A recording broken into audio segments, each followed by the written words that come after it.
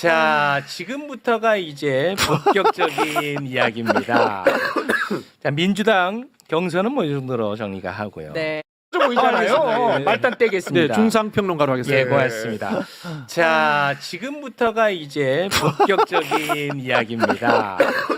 자, 민주당 경선은 뭐 이 정도로 정리가 하고요. 네. 국민의힘 경선 이야기를 지금부터 나눠볼까 하는데, 국민의힘 토론이 있었는데 네. 제가 금요일까지만 해도 국민의힘 토론 볼 것도 없다. 정말 시간 낭비다. 굳이. 이런 말씀을 드렸는데 네. 그렇지 않습니다. 아니 진짜 왜냐? 예? 엄청나게 큰 순기능이 있어요. 뭐냐면 자기들끼리 싸우면서 얼마나 대통령 후보로 부적합한지 어허. 여실히 국민 앞에 다 폭로하게 되었습니다. 아, 서로 검증해내요? 그렇습니다. 이거 굉장히 내가 볼 때는 네. 의미 있는 시간이라고 저는 생각합니다. 특히나 한동훈과 홍준표의 맞수 토론이 가장 많은 관심을 모았는데요. 두 사람이 민낯이 그냥 고스란히 다 드러났습니다. 한 명은 깐족됐고 한 명은 버럭됐습니다. 일단 깐족 버럭 잠깐 보고 진짜 내용은 이따 보겠습니다. 일단 한번 잠깐 보시죠. 대통령한테 깐족되고 조롱한 일 없습니까? 제가 이거 먼저 여쭤보죠. 깐족된다는 말이 무슨 뜻입니까? 계속 쓰시던데 일상생활에서 다른 주변에 있는 분들한테 깐족된다는 말 쓰세요? 씁니다. 그런 표현 쓰시면 안 돼요. 그런 표현은 폄하하는 표정이잖아요. 자, 굳이 따진다면 홍 후보님이 페북에 쓰셨던 여러 가지 폄하하는 막말들, 그게 깐족되는 겁니다. 그러지 않으셨으면 좋겠어요. 깐족된다는 말 뜻을 모르고 지금 예? 그래 샀네. 아유. 아니 근데 진짜 웃긴 게 그 주변에도 그 깐족된다는 말씀 쓰십니까? 그러니까 씁니다. 이렇게 됐잖아. 근데 조금 시간 지나가지고 주변 사람이 또 깐족된다는 말 쓰십니까? 안 쓰죠. 너한테만 합니다. 뒤에 또 말 바꿔. 뒤엔 또 말 바꿉니다. 네. 네. 깐족과 버럭의 향연이었습니다. 네. 네. 자, 요거는 뭐 특별한 논평 붙일 건 없고요. 네. 홍준표, 한동훈 맞수 토론하면서 불법을 너무 당연하다는 듯 넘어간 부분이 있었습니다. 아, 불법을. 언론조차도 너무 이 불법에 익숙해지다 보니까 이 부분을 아무도 얘기를 안 해. 지금도. 뭐냐면 윤석열의 당무 개입, 윤석열의 공천 개입. 완전히 그냥 자백과 폭로가 나왔거든요. 아, 그래요? 근데 이거 아무도 얘기 안 해. 왜냐? 그냥 사람들이 아, 그래. 그래 윤석열 당무 개입했지, 공천 개입했지. 그냥 너무 기본값으로 받아들이는 거야. 맞아, 맞아. 그래서 굳이 한 번 더 짚고 갑니다. 보시죠. 대통령은 맞습니다. 그때 이런 이야기를 합디다. 한동훈이가 총선에 이겼다면 총리로 임명하고 후계자로 삼으려고 했다. 그런 이야기를 합디다. 내 앞에서. 제가 1월에 자, 봐라. 사퇴 요구를 받았어요. 당무기. 말씀을 하셔야죠. 아니. 그렇게 거짓말하시면 안 돼요. 홍 거짓말이 의원님 그동안 아니라. 말을 자주 바꾸시는데 그래도 여기서는 말을 좀 조심하셔야 돼요. 왜냐하면 이 얘기 아닌 거 드러나면 이재명 짱납니다. 조심하셔야 됩니다. 왜냐하면 제가 자, 직접적으로 직접적으로. 사퇴하라는 요구를 받았잖아요. 당무 개입. 김문수 그건 나중에 이야기고 워낙 여러 명이고 깐족거리니까 1월입니다. 사퇴하라고 하죠. 1월입니다. 아니 그러니까 1월 얘기라니까요. 아니 총선 전에 공천 가지고 싸웠잖아요. 공천 개입. 깐족거린다는 얘기 자체는 정말 이젠 제가 좀 말씀드릴게요. 하여튼. 그게 자신 있으면 쓰시는데요. 지금 홍 후보님이 하시는 게 깐족거리는 거예요. 아, 여기 깐족이 약간 묻히는. 네, 깐족이 묻혔어. 내용이 굉장히 조금 네, 당무 개입, 공천 개입. 대놓고. 네, 그냥 얘기하네. 뭐 그냥 빼박입니다. 심지어 본인이 한동훈 본인이 조심하셔야 돼요 하면서 자기는 다 얘기하고 있는데. 예. 직접적으로. 근데 이 정도는 사람들이 별로 이제 문제 삼지를 않아. 그래서 이건 아예 그냥 뉴스도 안 됐습니다. 그래서 제가 굳이 한번 짚어봤고요. 네. 자, 그러면 지금부터 이제 구체적으로 좀 들어가 보겠습니다. 그동안 홍준표가 주장한 핵무장이나 핵공유가 얼마나 무식한 소리인지, 그리고 얼마나 준비 안 된 소리인지, 얼마나 무책임한 소리인지 여실히 또 다 드러났습니다. 네. 영상 보고 옵니다. 내가 이야기하는 게 핵무장이 아니에요. 그럼 뭐죠? 핵균형입니다.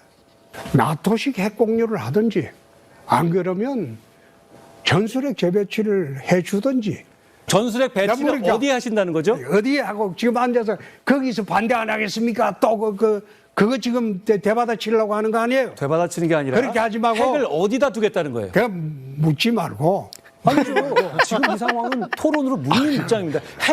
핵무장 하시겠다면서요. 핵 전술핵을 어디 배치하시겠어요? 영남에 두실 거예요? 호남에 두실 거예요?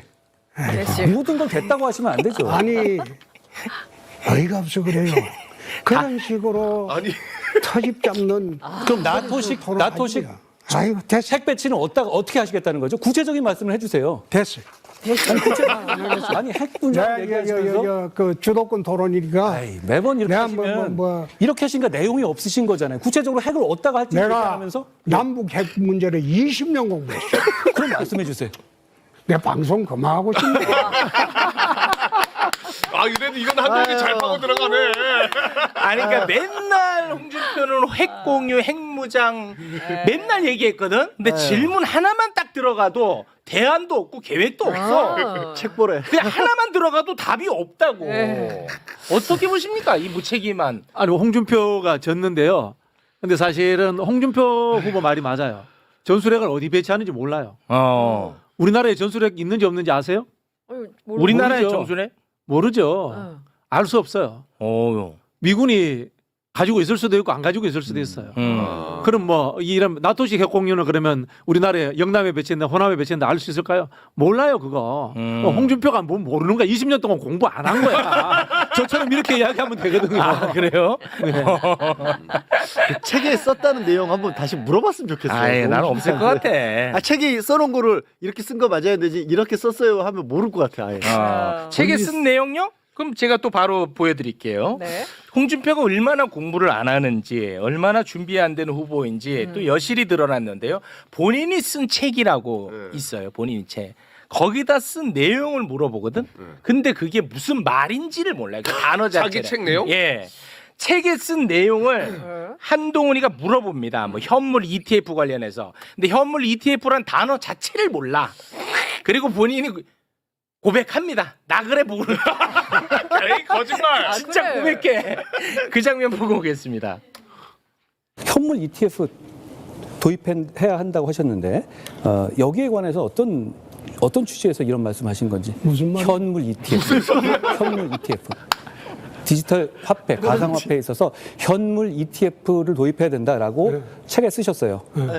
어떤 취지에서 이런 말씀하시는지 좀 설명해 주십시오. 후보님이 직접 쓰셔서 4월인가요? 3월에 내셨던 책에 있는 내용인지 예, 여쭤보는 거예요. 예. 답해 주십시오. 네 모르고 썼지 이 묻는 거 아닙니까? 답해 주십시오. 예. 그때 잘 모르고 썼어. 그때 잘 모르고 그게 좋게 보여서 왜냐하면 멋있어 보여서. 자, 모르고 썼다. 좋습니다. 그러면은 계속 반복되고 논의가 왔다 갔다 하면 좀 알고 오셔야 하는 것 아닌가. 그게 국민에 대한 예의 아닌가요? 왜냐하면 공약으로 제시하셨고 본인의 저서에 넣은 내용이기 때문에 말씀드리는 겁니다. 없는 얘기를 그냥 제가 장학 퀴즈식으로 말씀드리는 게 아니라 본인 단독 저서에 상세하게 나와 있는 부분이기 때문에 제가 여쭤보는 겁니다. 네. 내가 아까 이 정도는 알아야 하는 내가 거고요. 자세히 몰랐다고 했으니까 그만 넘어가. 어떡해. 야 이거 너무한다 진짜. 아 있어 보여서 썼다는 게 뭐야. 개그다 개그. 와.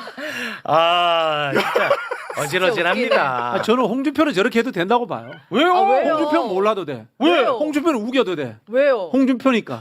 그렇게 살아왔으니까.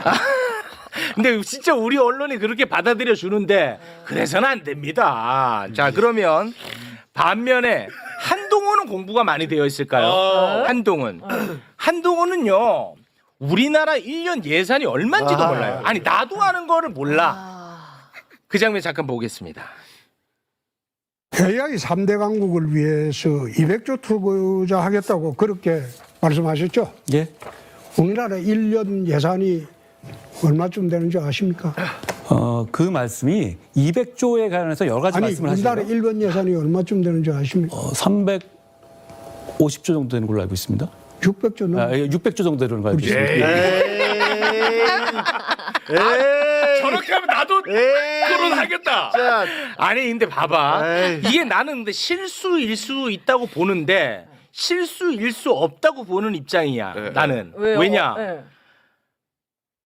이게 350조잖아. 350조. 1년 예산이 350조인데 네. AI를 200조 투자를 하겠대. 만약에 그게 맞다고 이게 제정신이 아니잖아. 제정신입니까 이게 도대체? 그러니까 한동훈이 홍준표한테 ETF 공개한 건 찾아낸 거예요. 어려운 단어가 있으니까 홍준표 당연히 모르고 썼을 것이다. 홍준표를 아는 거야. 그렇게 했는데 이 350조 문제는 심각한 게 보통 신문 좀 보는 사람도 한 600에서 700조 사이다 정도는 다 알아요. 아, 그럼요. 이거는 법무부 장관 했다는 사람이 기본적으로 자질이 없는 겁니다. 제가 봤을 때는 더 문제는 한동훈이에요. 네. 아, 한동훈이. 너무 웃기네. 아. 그 와중에 뜸들여 350. 그리고 처음에 1년 예산이 얼마인지 압니까 할 때 모르니까 답을 안 해. 딴 얘기해. 맞아, 맞아. 뭐 AI가 됐고요. 1년 예산 얘기해 보세요. 350. 350. 600조. 요거 내 수법이거든. 여기에 엉터리 이야기들이 엄청나게 나와요. 네. 한동훈이 서울 같은 5대 메가폴리스를 만들겠다 이렇게 네. 이야기하는데 홍준표하고 김문수가 그 전두환식 발상이라고 반대한다 그래요. 그 이야기 뭐냐면 대구시장 했는데 대구는 계속 서울보다 못 살아야 된다 이야기를 하고 있는 거예요. 말도 안 되는 이야기고 이야기는 이명박 때 5+4 경제권, 박근혜 때 5+4 생활권 이렇게 해서 20년 동안 하던 사람이에요. 정관계에 있는 사람 다 아는 이야기인데 이걸 다 모르고 안 되는 거래. 네. 이 후보들 전체 다가 기본적인 대통령 후보로서의 자질이 없는 함량 거예요. 미달입니다. 네. 자, 그리고 한동훈이 얼마나 심각한, 얼마나 뼛속까지 검찰주의자인지 여실히 드러나는 부분이 있었습니다. 둘 다 이제 검사 출신인데 이 부분에 대해서는 홍준표가 굉장히 또 합리적이에요. 아, 그래요? 예. 야, 한동훈은 그냥 뼛속까지 검찰주의자. 자, 그 장면 잠깐 보겠습니다. 작년 11월 21일 날 페이스북에 이런 게시를 하셨습니다. 이재명, 김혜경 부부의 법카 기소 관련해서 꼭 이런 것도 기소해야 옳았냐. 많이 묵었다 아이가. 이 시점에 그런 것까지 기소해 오해를 산다라는 식으로 법카 기소에 대해서 문제점이 있고 잘못된 것처럼 말씀하셨습니다. 그게 어떤 취지인지 간단하게 설명해 주시겠습니까? 한동훈 후보가 법무부 장관 하면서 검사 200명 동원해서도 이재명이 못 잡았잖아요. 대장동 비리 사건 경우에 수천억의 이익을 제3자한테 줬는데 그게 무슨 공짜로 줬을까요? 그럼 뭘 그 이득을 취했는지 그걸 조사를 했어야죠. 그거 못 찾았잖아요. 그거 못 찾고 나중에 안 되니까 지방자치단체장이 차 타고 다닐 때 뭐 기름값 이런 걸 기소하는 게 그게 정상입니까? 수사를 그런 식으로 탈탈 털어서 먼지털이 수사를 하니까 사람들이 억울하게 감옥 가고 자살하고 한 거 아닙니까? 이거 합리적이야. 선배 검사로서 약간 혼쭐 내네. 별건으로 정적 제거 괴롭힌 거 아니냐라고 먼지털이 수사. 지적을 한 겁니다. 네. 자, 그리고 자녀 특혜 채용 의혹이 있는 심우정에게는 단 한마디의 말도 하지 않는 한동훈이 검찰에 의해서 한 집안이 그냥 완전 멸문지화당한 조국 이름을 또 입에다가 올립니다. 나는 이걸 보면서 참 정말 비정보다도 너무 잔인하다. 악랄하다. 너무 잔인하다. 검찰의 무오류. 검찰은 무엇이든지 할 수 있다라는 그 오만한 생각이 또 여실히 드러나는 대목이 있었습니다. 그 장면도 영상으로 보고 옵니다. 조국 수호이란 말은 왜 하셨던 거예요? 조국을 수호해야 한다. 조국도 역시 탈탈 털면 잘못된 것이었다. 그런 말씀을 지난 대선에서 하셨어요. 그건 왜 하신 거예요? 수사 비례의 원칙에 어긋난다는 겁니다. 그래도 조국 수호이시네요, 지금도. 조국이가 잘못했다 치더라도 가족 전체를 도려가는 것은 검찰 수사 관리에 어긋납니다. 야당은 타도의 대상으로 삼고 예. 정별의 대상으로 삼고 예, 그렇게 알겠습니다. 하다 보니까 서로 충돌해서 예. 이 꼴이 됐는데 알겠습니다. 그럼 내가 대통령이 되면 아니 저보고 이재명 왜 못 아니, 잡아넣냐면서요? 아니, 그럼 내가 그런 말하면서 지금 이런 대통령이 얘기하는 거 되면 이상한 거 아닌가요? 아니 192명의 야당 정치인들이 있는데 그럼 한동훈 후보나 예. 윤석열 대통령처럼 똑같이 대결 구도로 하면 이 나라 어디로 가요? 아직도 한동훈이 합리적인 사람이라고 이야기하는 분들 제발 좀 정신 좀 차리십시오. 이런 영상 보고입니다. 한동훈이 제일 위험해요. 검찰 독재라는 게요. 사실 이 검찰이라는 것이 징벌기관이 하는 일은 국가의 일이 한 2% 정도도 채 안 돼요. 근데 그 2%의 일을 해야 될 사람들이 그 칼을 가지고 100%의 일을 하는 거야. 네. 그러다 보니까 나라가 검찰 독재라는 것이 된 거고 사실 윤석열 때 보세요. 모든 기관에 금융 수사해 봤으니까 금융 보내고 그렇지. 재정 수사해 봤으니까 재정 보내고 국방 수사해 봤으니까 국방 보내고 이런 식으로 하지 않습니까? 네. 이게 이제 검찰 독재인 거예요. 맞습니다. 사실 그 경찰도 사실 알고 보면 비슷하고요. 징벌적 역할이라는 것은 정부에서 아주 극소수의 역할이기 때문에 국가 전체를 아우르는 일을 하면 안 됩니다. 네. 그런 측면에서 앞으로도 저는 민주당도 마찬가지고 이 검판사들의 과잉된 정치 진출을 없애야지만이 네. 국가가 제대로 돌아간다. 그 말씀 꼭 드리고 싶어요. 훌륭합니다. 네. 우리가 내란 세력과 싸우기 직전까지 검찰 독재와 싸웠다는 걸 지금 너무 잊고 있다니까. 맞아. 절대 잊어서는 안 되는 너무나 중요한 장면이라고 저는 생각을 했습니다. 네. 자, 그리고 내란 직전까지 한동훈은요. 당원 게시판 문제로 아주 위기에 처해 있었거든요. 진짜 시끄러웠어. 예, 아시죠? 네. 네. 그 일익을 또 저희가 담당하기도 했었고요. 한동훈 가족 이름으로 윤석열에 대해 원색적 비난글이 당원 게시판에 올라왔는데 네. 이것이 가족과 동명이인이냐 아니면 진짜 가족이냐 이런 논란이었거든요. 근데 결론이 나지 않았었어요. 근데 다시금 추억을 좀 떠올리기 위해서 어떤 원색적인 비난글이 있었는지 몇 개만 좀 살펴보겠습니다. 가장 이제 핫했던 게 건이는 개목줄 채워서 가둬놔야지. 이거 누구 이름으로 쓴 거야? 이게 한동훈 이름으로 아, 돼 있는 거고 네. 그 방금 말씀드린 게 제목 이거 내용은 그리고도 가만히 있지만은 단두대지 뭐 이런 내용도 있고요. 네. 또 한동훈이라는 이름으로 또 하나 있었던 거 제목은 윤석열 이 등신은 마누라 단속도 못해서 쯧쯧 또 있습니다. 또 가족 이름으로 있는 뭐 내용으로는 뭐 자기 마누라 지키기에만 혈안인 윤석열 뭐 이런 것들. 네, 진짜 원색적인. 너무 근데 원색. 당원 게시판뿐만 아니라 그 포털 네. 댓글에도 가족 이름으로 적힌 것들이 좀 있어가지고 이거는 뭔가 좀 업무방해 혐의도 있지 않느냐. 실제로 밝혀지면 그럴 수 네, 있어요. 그런 의혹들이 있었거든요. 네. 이와 관련해서 홍준표가 물었고요. 한동훈이 답을 했습니다. 나는 이걸 한동훈이 어떻게 답을 할지 개인적으로 굉장히 궁금했거든요. 너무 궁금한데요. 그 장면 네. 함께 보시죠. 아유. 당원 게시판에 윤석열 대통령 후보 내외를 원색적으로 비난하는 글이 게재가 됐어요. 한 후보의 가족이 범인인가 아닌가 그 대답을 우선 해보세요. 내 가족이면 내 가족이다 아니다. 저는 홍 후보님 계엄은 도망 다니시면서 게시판에 진심이신 거 보고 참 황당합니다. 예. 당원 게시판, 익명 게시판에서 대통령 부부와 당대표 비판하면 안 됩니까? 홍 후보님 생각하신 정치는 그런 거예요? 아니. 지금 이 상황에서 다시 윤석열 대통령과 김건희 여사를 선거의 중심으로 가져와서 그래서 그렇게 뭘 해서 하시겠다는 이제 거예요? 빠져나가지 말고 아니 제 말씀 들으세요. 우선 내 제 말씀 물어봅시다. 들으십시오. 자, 그 쓴 게 비난글 쓴 게 한우의 가족인가 아닌가 오호. 그거 아니면 아니라고 하세요. 왜 도대체 누구 얘기 들으신 거예요? 말 안 하는 거 보면 가족 맞는 거예요. 뭐 마음대로 생각하십시오. 가족 마음대로 생각하는 게 그 간단한 걸 왜 말 못해요? 그렇지. 내 가족 아니다. 이러면 끝나잖아. 말 잘하잖아. 근데 말을 안 하고 있잖아. 후보님, 우리는 민주주의자기 때문에 그런 겁니다. 뭔 소리 민주주의? 야, 마지막에 아주 기가 막혔습니다. 우리는 민주주의자입니다. 아, 자백이네. 민주주의자니까 썼다. 개목줄에 자유가 있는 나라입니다. 아, 참. 그 말 잘하는 한동훈. 한동훈이가.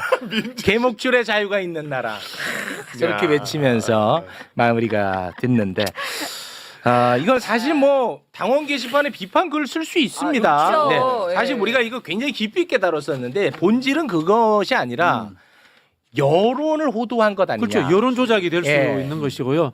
특히 이제 개인 정보를 어떻게 썼느냐라는 부분들 네. 이런 것들이 다 있는 거죠. 이거 우리는 여론 조작이라든가 여론 조사 이런 걸 쉽게 생각하는데요. 그렇죠. 민주주의 훼손입니다. 그게. 그렇습니다. 명태균이 한 범죄라는 것이 그게 사실이라면 엄청난 국기문란 사건이 되는 거거든요. 네. 똑같은 행동입니다. 이거 그렇습니다. 사실은 여기에서 심우정 검찰총장의 직무유기가 있는 겁니다. 한동훈이 저렇게 자백하면 수사해야죠. 왜 수사 안 합니까? 안 해. 진짜 빨리 해야 됩니다. 예. 이게 은근슬쩍 덮여버렸습니다. 왜냐면 여기서 이제 아니다 맞라고 확실하게 얘기를 하면 또 선거법 위반이 될 수가 있거든요. 거짓말로 해서. 그러니까 끝까지 말을 못 하는 거예요. 말할 수가 없는 거예요.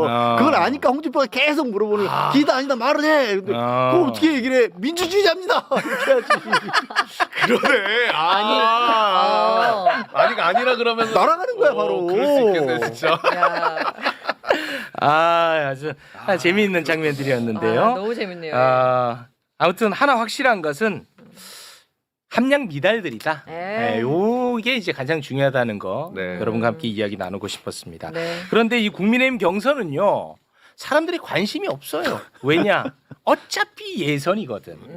어차피 한덕수랑 단일화를 해야 된다고 생각하기 때문에 이것은 그냥 예선전으로 받아들이고 있습니다. 저렇게 치열하게 싸우는 선수들조차도 계속 한덕수랑 단일화를 해야 된다고 이야기를 하니까 그런 건데요.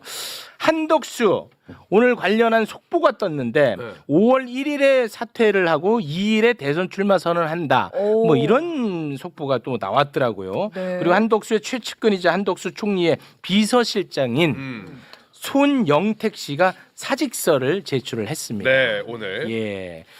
뭐 나온다고 봐야 아니, 돼. 나오는 건 맞는데요. 저는 그 뉴스가 이제 먼저 속보로 떴어요. 근데 다른 어떻게 보면 뭐 시장이라든가 도지사라든가 이렇게 선출직 공무원들 같은 경우에는 정무직이 따로 있습니다. 그래서 이렇게 모시던 사람이 나오면 같이 선거에 뛰어들으니까 원래 그렇게 같이 운명처럼 움직이는 거거든요. 근데 총리 저는 제가 알기로는 총리 비서실에는 그런 기능이 없어요. 그냥 늘공들이잖아요. 그럼 국가에서 녹을 먹고 그냥 국가에서 그냥 그 애초에 공무원으로 지내왔던 사람인데 총리가 나온다고 해서 비서실장이 같이 나와서 그럼 선거를 돕는다?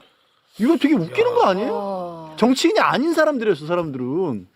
이거 진짜 이게 한덕수만 얘기하면은 웃음기도 싹 사라져요. 그러니까 저는. 열받네. 너무 화가 나. 그리고 무슨 뭐 그리고- 미군 장성 만난다고 뭐 이런 얘기 연합사를 통해서 자기가 왜 그런 사람들을 만나고 있어?